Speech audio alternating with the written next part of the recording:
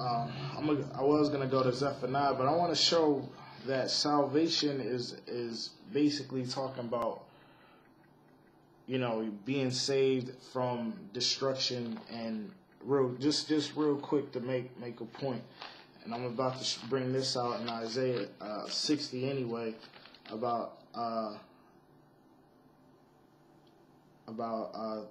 what the Gentiles' job is to be.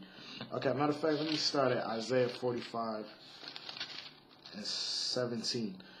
But Israel shall be saved in the Most High with an everlasting salvation. Ye shall not be ashamed nor confounded, world without end. So again, Israel is that world of John 3:16 that you Christians like to quote, and all, you know, not just you Christians, but any religious congregation that tries to use the scriptures thinks John 3:16 is talking about everybody in the whole world.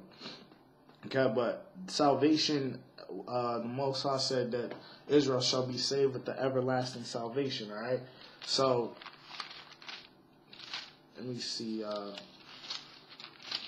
Everlasting salvation. We're gonna have the kingdom, which is, matter of fact, let me go to Isaiah 60 and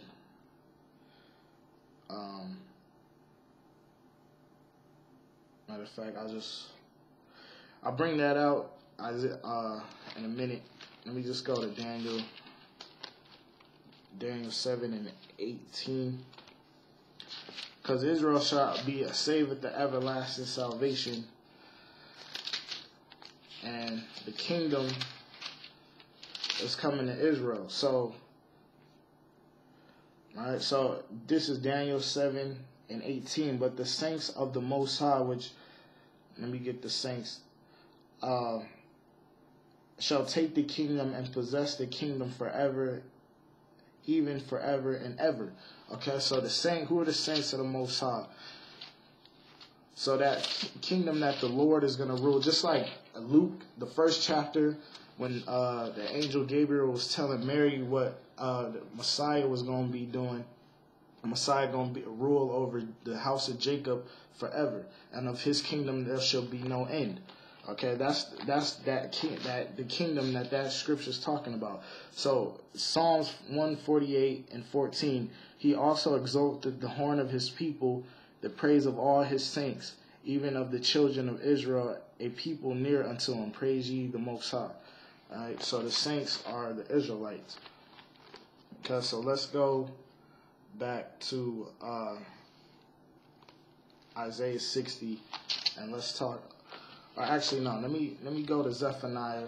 One more scripture on the captivity, and then let me get into the Gentiles, and then I'll be done. All right. So this is Zephaniah, and I brought this out, and again I brought this out just to prove that the fake Jews aren't the real Jews, but just to show some things. All right, so Zephaniah 3, and I'll start at 8. Therefore wait ye upon me, saith the Most High, until the day that I rise up to the prey.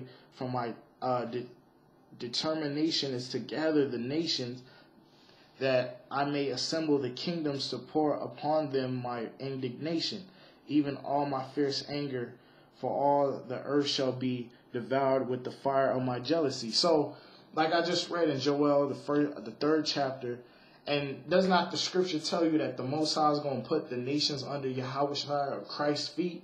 So ain't no all them scriptures I brought out today concerning a spiritual Israel. Nations are going to be judged and going to be destroyed. So where you get a spiritual Israelite from?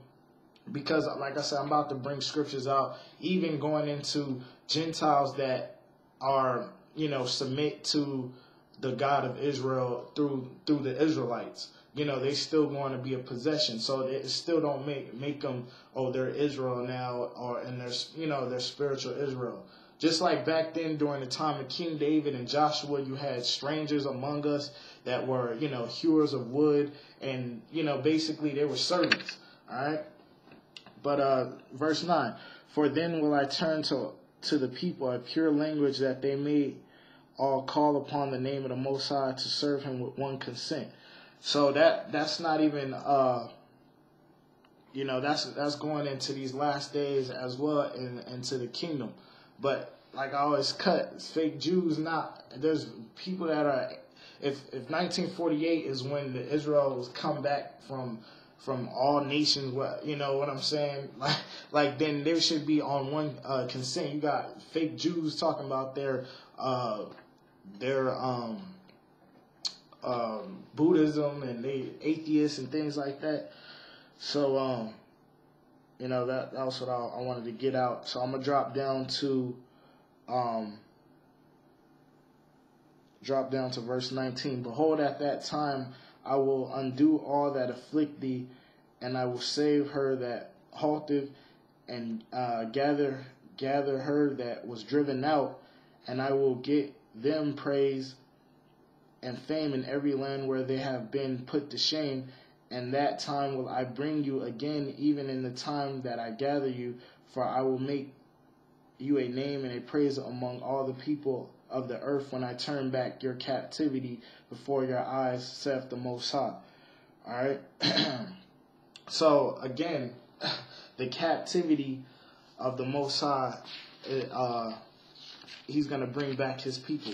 Matter of fact, let me back that up real quick with Micah 4. And then let me head to the Gentiles. So this is Micah 4, and start at 5. And when you read, you start at the top, it already tells you these last days, right? And then again, just like Isaiah, the 2nd chapter, which this says the same thing about Israel. All nations shall cleave to Israel, and will teach the nations the law of the Most High. All right? And no more war will be in the land. So that's not talking about no 1948 false prophecy. All right? And like I said, if all nations is going to be taught by Israel, where's the spiritual Israelite in that? All right? It's going to be the real nation, the seed of the real nation of Israel, which is scattered throughout all the nations. All right? They're going to be, the remnant going to come back. And then they're going to, first, they're going to take the slaves, or which I'm going to get these scriptures, the Gentiles and the nations that submit to submission going into captivity. All right? So, Micah 4 and 6, to back up what I said in Zephaniah 3. And that day, saith the Most High, will I assemble her that halteth, and I will gather her that is driven out, and her that I have afflicted, and I will make her that halteth a remnant, and her that was cast far off a strong nation, and the Lord shall reign over them in Mount Zion from henceforth even forever. And like I said, Luke 1st chapter, and just like I brought out in Wisdom of Solomon, the 3rd in the Apocrypha, the 3rd chapter, how the Lord would reign over them. So that's talking about Yahushua, which again, in Ezekiel 37, that king that, or when it talks about David is going into the Lord, that's was to sit on his throne. All right, Isaiah 9 and 6. Okay. All right. So verse 8, and thou, O tower of the flock, the stronghold of the daughter of Zion, unto thee shall it come, even the first dominion. The kingdom shall come to the daughter of Jerusalem.